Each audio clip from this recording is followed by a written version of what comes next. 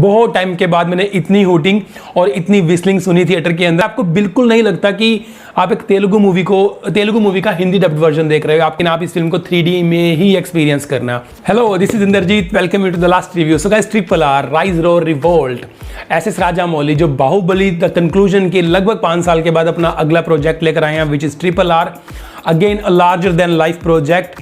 बहुत बड़े लेवल पर फिल्म को शूट किया गया, बहुत सारा पैसा खर्च किया गया फिल्म के बनाने में, लाइक 500-550 करोड़ रुपए, और बहुत बड़े स्केल पर फिल्म को प्रमोट भी किया गया, जैसे कि ये सब बातें आपको पता ही हैं।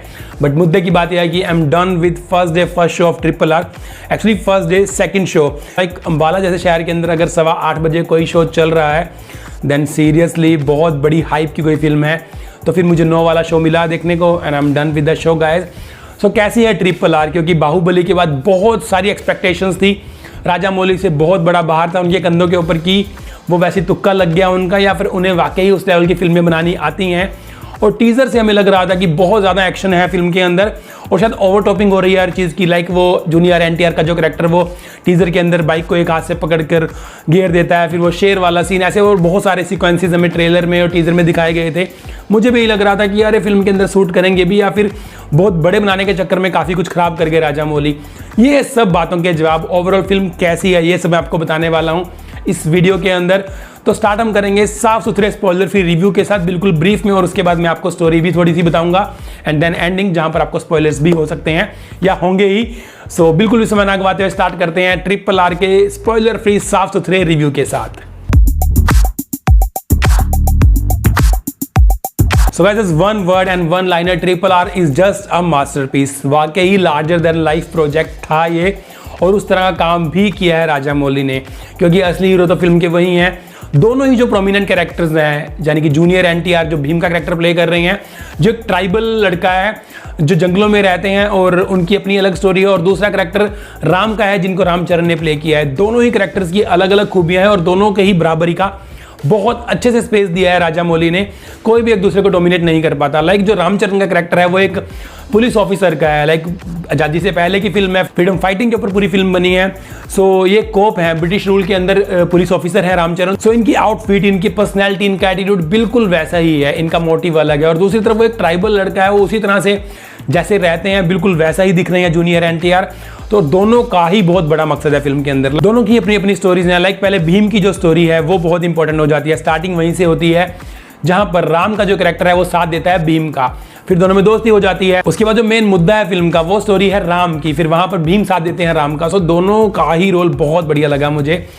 बहुत सारे एक्शन सीक्वेंसेस और बहुत सारी चीजें आपको ऐसी देखने को मिलने वाली है फिल्म के अंदर जो आपने आज से पहले कभी भी कहीं भी एक्सपीरियंस नहीं की होंगी। मार्क माई वर्ड, कहीं भी, चाहे फिर वो हॉलीवुड हो, चाहे बॉलीवुड हो, या फिर किसी भी देश का सिनेमा हो। बहुत टाइम के बाद मैंने इतनी हूटिंग और इतनी विस्लिंग सुनी थिएटर के अंदर। हालांकि बहुत ज्यादा लोग नहीं थे मेरे शो में, बट स्टिल माहौल जो था वो बहुत ज्यादा गर्म था और लोग पागल हो रहे थे, क्योंकि बहुत सारी चीजें ऐसी आने वाली हैं फिल्म के अंदर। There is a fight scene, actually there are many fight scenes, but मैं वो सब आपको यहाँ पर नहीं बता सकता, आगे बताऊंगा। So there is a fight scene जहां पर राम का जो कैरेक्टर है वो प्रॉपर राम की गेटअप में होता है। वहां पर उसके पास तीर भी होते हैं, कमान भी होता है, उसी तरह का उसने वेशभूषा डाली होती है। और जो भीम है वो अपना बाइक के ऊपर होते हैं और अपने तरीके से लड़ रहे होते हैं। वो दोनों अंग्रेजों का सामना कर रहे होते हैं, और बहुत बढ़िया सीन है वो, epic. That's the climax and that's just wow. मतलब फ्रीडम फाइटिंग के ऊपर बहुत सारी मूवीज हम देख चुके हैं, फ्रीडम फाइटर्स के ऊपर हम देख चुके हैं, लेकिन इस मूवी का जो कॉन्सेप्ट है बिल्कुल अलग है। इनका बिल्कुल भी, हालांकि मुद्दा आज़ादी ही है, लेकिन आज़ादी यहाँ से कोसों दूर है। अभी आज़ादी के लिए ये रिसोर्सेज जुटा रहे हैं, तो इस मुद्दे के ऊपर फिल्म बनी है। सो राम एंड राम भीम ये उस टाइम के फ्रीडम फाइटर्स हैं जिनको फिक्शनल स्टोरी के थ्रू दिखाने की यहाँ पर कोशिश की गई है। उसके अलावा आलिया भट्ट एंड अजय देवगन दोनों का ही कैमियोज हैं। आलिया भट्ट का कैरेक्टर ठीक है, अच्छा खासा कैरेक्टर है उनका, लेकिन बहुत ज़्यादा काम नहीं है उनके पास करने के लिए, जिसलिए मुझे लगा कि शायद आलिया भट्ट की जगह ये काम कोई भी कर सकता था। बट अजय देवगन का जो कैरेक्टर है वो इस पूरी स्टोरी की नींव है, और काम उन्होंने बहुत बढ़िया किया है। मतलब इन दोनों कैमियोज में से अगर मैं बात करूँ, हालांकि Alia Bhatt is my most favourite actress, but Ajay Devgn का जो कैरेक्टर है वो मुझे इस फिल्म में बहुत बहुत अच्छा लगा। उसके अलावा हिंदी डब्ड वर्जन देखा है मैंने बहुत जगह पर, जैसा बाहुबली में काम किया था, स्पेशली बाहुबली द कंक्लूजन के अंदर वैसा ही काम किया है कि डबिंग इस तरह से की गई है कि लिप सिंक प्रॉपर होती है, और आपको लगता ही नहीं स्टार्टिंग के कुछ सीन्स के अंदर तो कि यार ये हिंदी में ही बोला गया है क्या। हालांकि जो बाकी सब कैरेक्टर्स हैं उन्होंने जो डबिंग की है वो खुद की आवाज़ में ही की है, बट स्टिल आपको बिल्कुल नहीं लगता कि आप एक तेलुगु मूवी का हिंदी डब्ड वर्जन देख रहे हो। आपको यही लगता है कि आप एक हिंदी मूवी ही देख रहे हो, जो बहुत बढ़िया तरीके से निभाया है एस राजामौली ने। मतलब कैसी ये मूवी आपको पता लग ही चुका है। So it's just a green signal from everyone. मतलब मुझे नहीं लगता है कि आपको मिस भी करनी चाहिए। हो सकता है आपको फिल्म में 4 चीज़ें पसंद ना भी आएँ, बट इस तरह का नज़ारा आपको दोबारा देखने को नहीं मिलेगा। अनफॉर्चुनेटली मेरे यहाँ पर 3D शो बहुत शाम को लेट थे, तो मुझे सुबह देखना पड़ा 2D में, लेकिन आप इस फिल्म को 3D में ही एक्सपीरियंस करना। So guys that's review part. हम बात करते हैं स्टोरी की। सो स्टोरी स्टार्ट होती है, अंग्रेज है यहाँ पर जो एक ट्राइब की लड़की को उठाकर ले जाते हैं अपने साथ, छोटी बच्ची को। अब ट्राइब जो लोग हैं, इनका जो करता धरता है ये है भीम, यानी कि जूनियर एनटीआर का जो करेक्टर है। अब अंग्रेज लड़की को बहुत दूर लेकर आ चुके हैं, दिल्ली में लेकर आ चुके हैं साउथ से कहीं।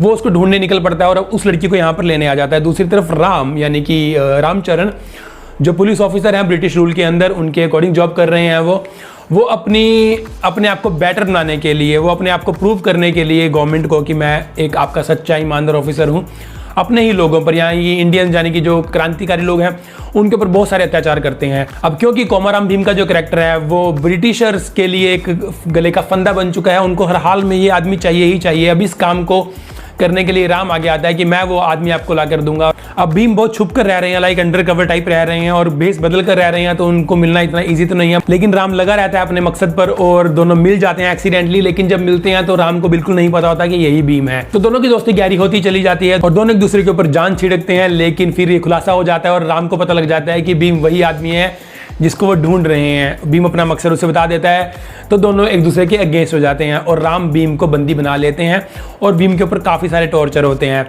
लेकिन राम का भी अपना एक मोटिव है ये सब काम करने का। अब अजय देवगन का जो कैरेक्टर था वो राम के पिताजी थे। उनका सपना था कि हमें क्रांतिकारियों की फौज तैयार करनी है और उस सब के लिए हमें हथियार चाहिए होंगे। हर एक इंसान के पास जब हथियार होगा तभी हम इस लड़ाई में ना सिर्फ कामयाब हो पाएंगे बल्कि अंग्रेजों को हिंदुस्तान से भगा भी डालेंगे। अब राम अपने पिताजी के इस सपने को पूरा करने के लिए पुलिस फोर्स ज्वाइन करते हैं। उनकी आंखों में उनका विश्वास जीतने के लिए वो भीम को भी पकड़वा देते हैं और अपने लोगों पर अत्याचार भी करते हैं।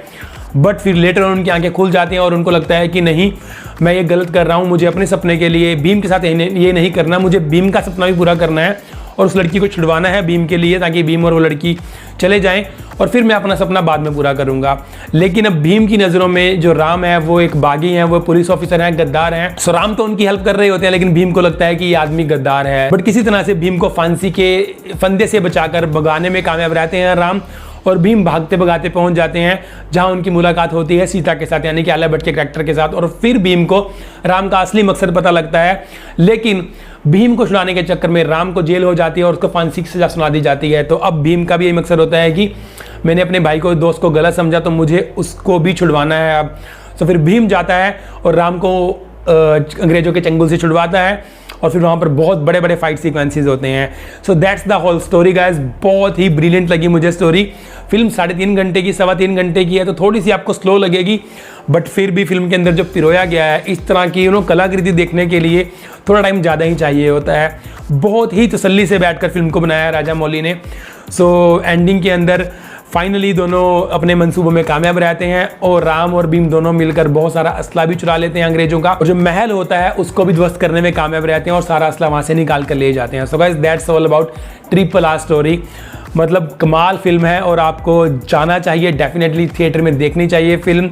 Never miss that. फिल्म के अंदर कुछ भी ऐसा नहीं है कि आप अपनी फैमिली के साथ नहीं देख सकते। तो guys that's all about RRR। I hope कि आपको मेरी वीडियो पसंद आई होगी। इसी तरह के review, story explanation, ending explanation के लिए या फिर वेब सीरीज रिव्यूज के लिए आप मेरे चैनल को सब्सक्राइब भी कर सकते हैं। अगर सब्सक्राइब कर लिया है तो बेल आइकन दबाना बिल्कुल मत भूलिएगा। मिलूंगा जल्दी अगली किसी वीडियो में। Till then bye bye. Thank you for watching and stay safe.